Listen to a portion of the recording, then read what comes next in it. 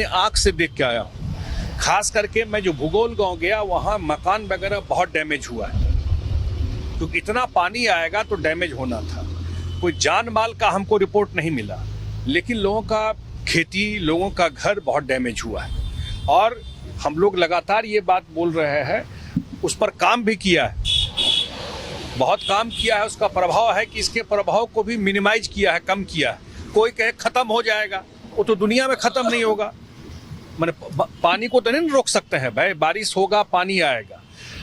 और इसका सबसे बड़ा जो हमको लगता है कि एक तो अभी इमीडिएट जो रिलीफ है लोगों को वो मिल रहा है, जो कमी है उसको दुरुस्त किया जा रहा है। मुख्यमंत्री जी पर्सनली मॉनिटर कर रहे हैं।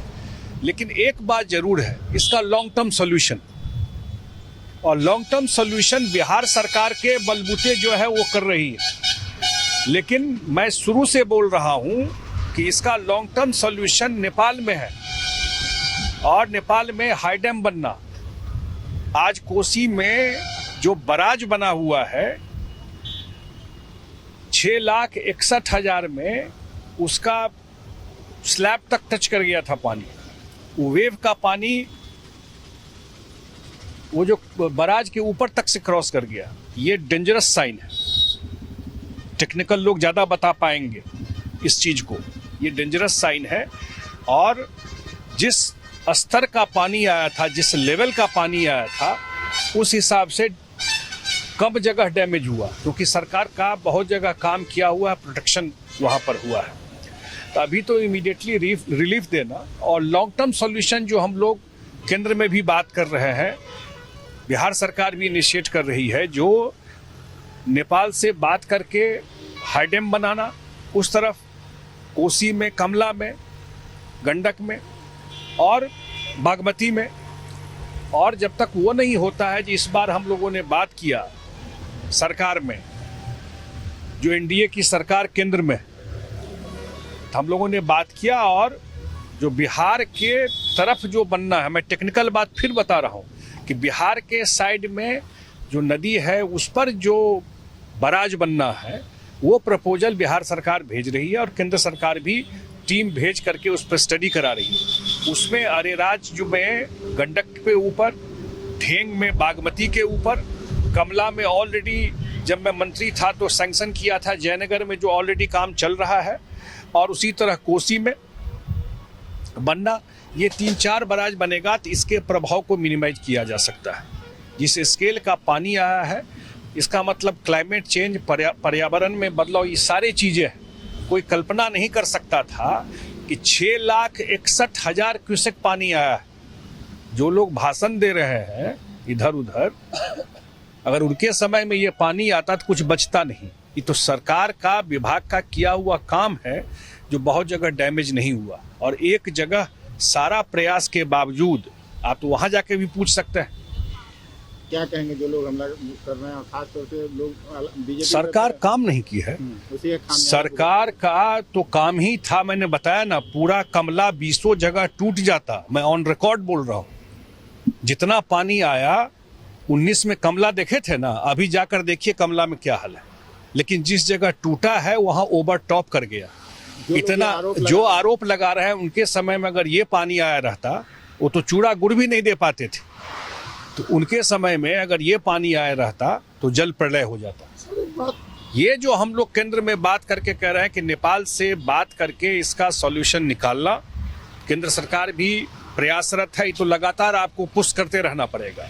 और जो मैं उत्तर बिहार के लिए खास करके कह रहा हूँ कि जितना डैमेज हो जाता है बाढ़ से, अब टाइम आ गया कि बिहार सरकार भी और केंद्र सरकार भी एक लॉन्ग टर्म प्लान के साथ उत्तर बिहार के बाढ़ के लॉन्ग टर्म सॉल्यूशन के लिए रास्ता निकालना चाहिए। और जो आज इस बार के बजट में जो वित्त मंत्री ने एड्रेस किया है पहली बार इस इशू को, कि नहीं भाई, बिहार के बाढ़ के लिए लॉन्ग टर्म सॉल्यूशन के लिए, जो मैं बताया कि इसका लॉन्ग टर्म सॉल्यूशन का ही पार्ट है कि इंडियन साइड में बराज बनाना।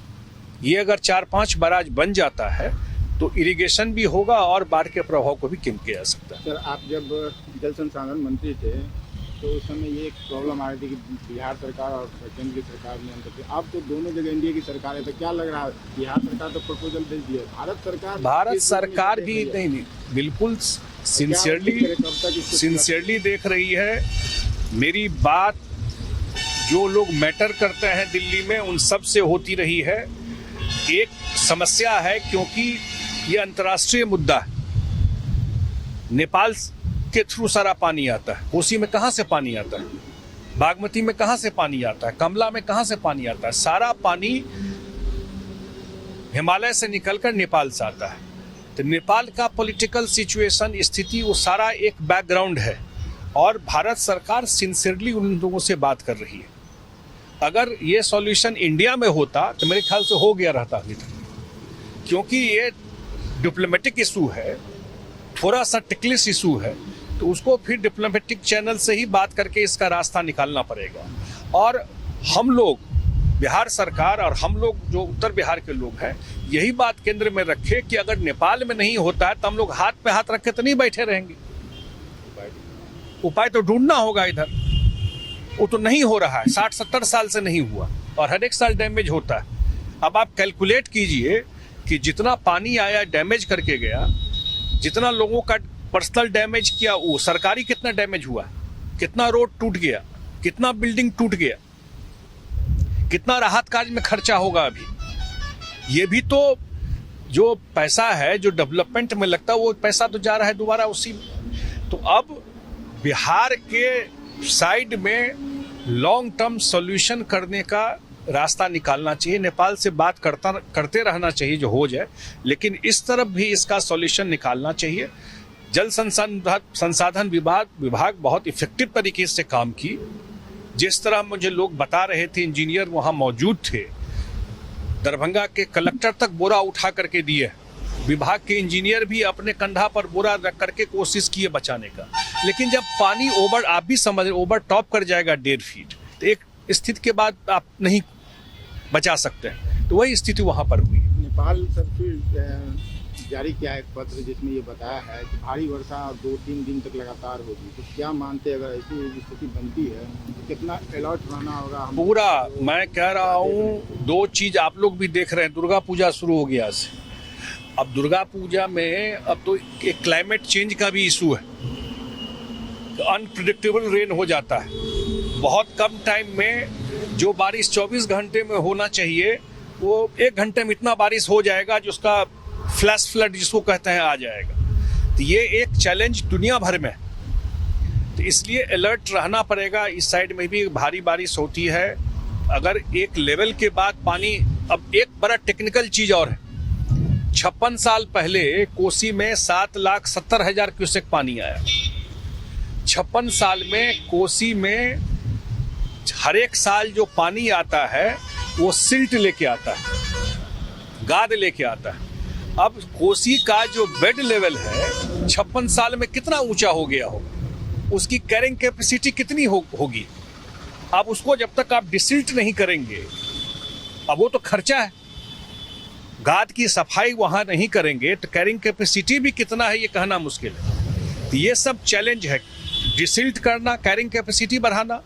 और मुझे लगता है कि बराज भी एक पुराना हो गया और इस बार जिस तरह का पानी आया है तो वो भी एक सिग्नल है कि इस बराज का ऑल्टरनेटिव भी कुछ सोचना और इस बराज को भी दुरुस्त रखना। सभी नदी को जोड़ने की मांग उठती रही रहा कि क्या उससे आपको समाधान दिख रहा था कि आप एक पर पूरा सॉल्यूशन नहीं है, क्योंकि एक साथ ही बारिश होगा, सारे नदी में पानी आ जाएगा तो कैसे डाइवर्ट कीजिएगा एक नदी का पानी। यही ना पर्पस था कि एक नदी के पानी को दूसरे में डाइवर्ट कर दो। लेकिन हाँ, छोटा छोटा आप लिंक करके इसके प्रभाव को कम कर सकते हैं और उस पर काम चल रहा है।